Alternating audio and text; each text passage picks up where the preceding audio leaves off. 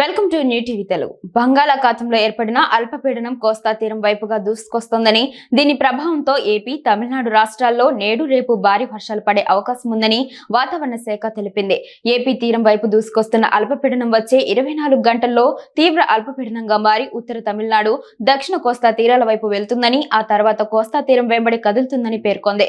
దీని ప్రభావంతో భారీ వర్షాలతో పాటు తీరం వెంబడి గరిష్టంగా గంటకు 55 కిలోమీటర్ల వేగంతో గాలులు వీస్తాయని తెలిపింది. సముద్రం అల్లకల్లోలంగా ఉందని, కాబట్టి మత్స్యకారులు చేపల వేటకు వెళ్లొద్దని హెచ్చరించింది. అల్పపీడన ప్రభావంతో విజయనగరం, విశాఖపట్నం, అనకాపల్లి, కాకినాడ జిల్లాల్లో భారీ నుంచి అతి భారీ వర్షాలు కురుస్తాయని, శ్రీకాకుళం, అల్లూరి సీతారామరాజు, డాక్టర్ బిఆర్ అంబేద్కర్ కోనసీమ, శ్రీ పొట్టి శ్రీరాములు, నెల్లూరు, తిరుపతి జిల్లాల్లో భారీ వర్షాలు కురుస్తాయని వాతావరణ శాఖ తెలిపింది.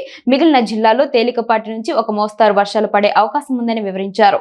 వాతావరణ మార్పుల కారణంగా ఏపీలోని కోస్తా ప్రాంతంలో తీరం దాటాల్సిన అల్పపీడనాలు తమిళనాడులో, అక్కడ తీరం దాటాల్సినవి మన రాష్ట్రంలో దాటుతున్నట్టు వాతావరణ నిపుణులు చెబుతున్నారు. కాగా ఈ నెలాఖరున అండమాన్ సమీపంలో మరో అల్పపీడనం ఏర్పడే అవకాశం ఉందని పేర్కొన్నారు.